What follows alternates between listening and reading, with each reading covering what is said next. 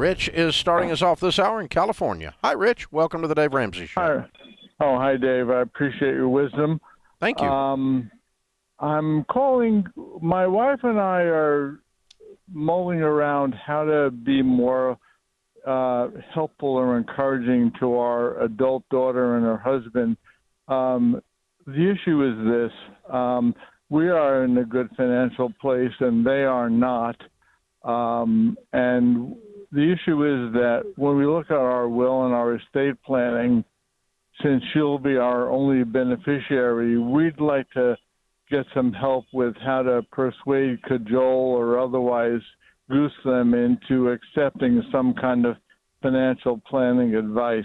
They are good, smart people, and we don't have any major tensions with them. But we brought this thing up in a kind of a soft-pedaled way before, and my daughter kind of defers to her husband on this, and he's kind of a good but kind of stubborn guy. And when we look at the amount of assets they will get dumped into their lives when we pass on, we wish we could have more of a say in sort of how they manage that down the road. Yeah. Short of putting some kind of how much money are you going? How it. much money would you leave them when you die?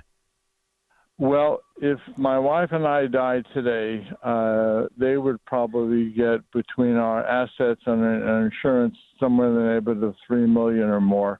Okay. And basically what you're saying is they don't do bad. They just really are kind of disorganized, lackadaisical, and they really need to get their act together. They are living pretty much paycheck to paycheck, and it's just his paycheck.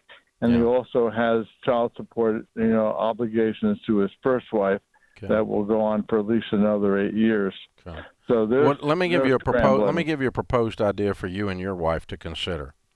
Leaving someone that refuses to handle money well, a big pile of money will ruin their life.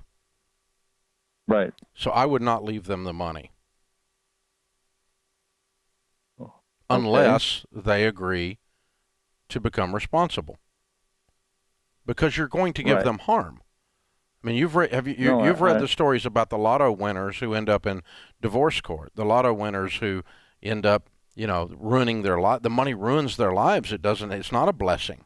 When you get money and you don't know how to handle it, it's not a blessing. It's a curse. Well, we're with you on that. And so you would be harming your own daughter to leave her this money in this current situation.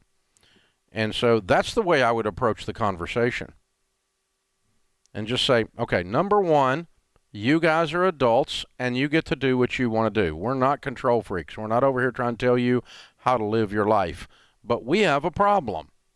Our problem is we have $3 million and we would like to leave that to you all. However, in your current state, we know that would bring you harm rather than be a blessing. And we love you too much to give you harm.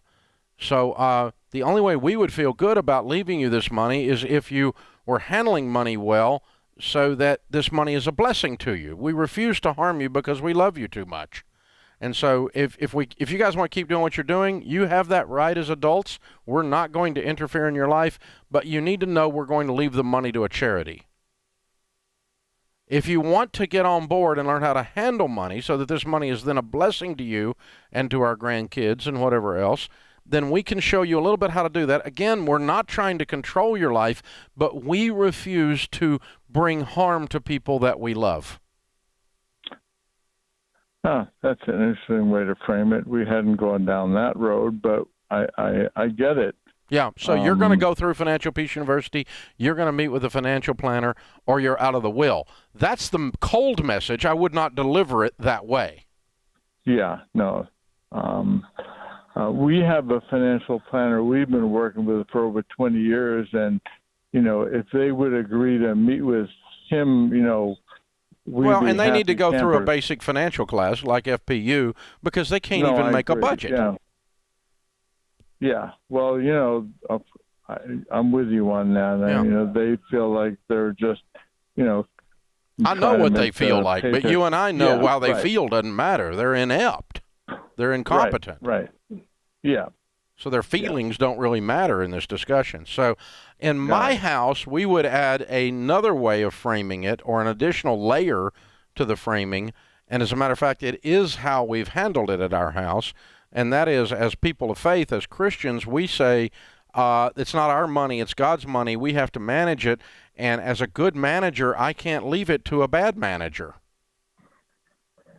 Well, that's we've kind of toyed with that because our son-in-law, Ashley, and our daughter, they met as attorneys, and he, in the sense, over that time he still does some lawyering, but he's become a pastor. So I think that stewardship idea. Exactly. Then you've got that lens to discuss this through. And so, and basically my trusts are set up with our grown kids now, that if they're going to be living a life of misbehavior, they are no longer in the will automatically. Or even after I die, they'll lose their ownership in Ramsey. If they decide they're going to snort cocaine and live on the back of a yacht, we're not trying to raise reality TV stars. No, neither will we. Yeah. Is there another avenue about having some? I mean, there's nobody in the family we think we should take this on, but having some kind of a trustee, a financial person of some kind, like a bank person. But the problem is, then that trustee is under constant pressure by these people who are irresponsible to give them money, and he's going to be continuously no. And really what's going to happen is every time they go to the trustee and the trustee says, no, you're still irresponsible, they're going to be mad at their dead father all over again.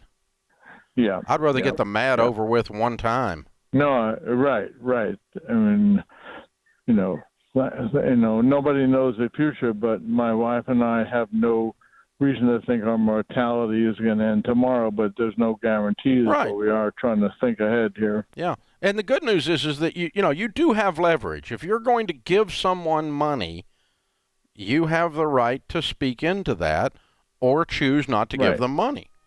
And they're not entitled to this legally, morally, or spiritually. They're not entitled to this money. It's not their money, it's yours.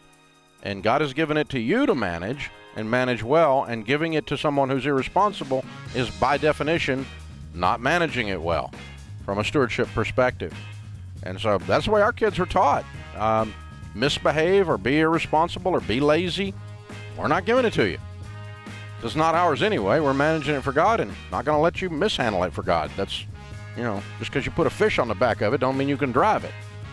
This is the thing, man. You got to have some sense about stuff. It's aggravating. It's hard to do, but good luck with it. I hope you can work that through without hurting everybody's feelings. It's necessary, though.